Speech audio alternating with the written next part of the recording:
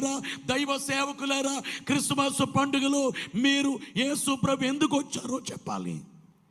అంటే ఎందుకు వచ్చారో, సిలువ వేయబడ్డానికి వచ్చారు. అందుకనే క్రిస్మస్లో సిలువను గురించి చెప్పకపోతే అది భయంకరమైన పాపం.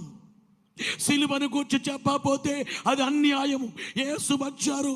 అందుకనే క్రిస్మస్కి వచ్చిన వారికి ఆనందంగా కొత్త బట్టలు వేసుకుని వచ్చినా కానీ మోకరించి కన్నీళ్లు కార్చాలి.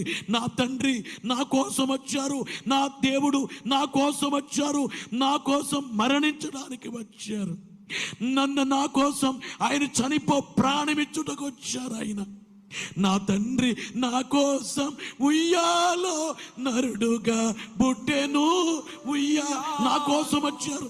కనుక క్రిస్మస్ వచ్చినటువంటి వారికి నీ కోసం నా కోసం వచ్చారు, నీ కోసం నా కోసం చనిపోయారు, మరణించారు, ప్రాణమిచ్చారు. క్రిస్మస్లో సిలువను గురించి చెప్పకుండా క్రిస్మస్ ముగిస్తే అది అన్యాయం.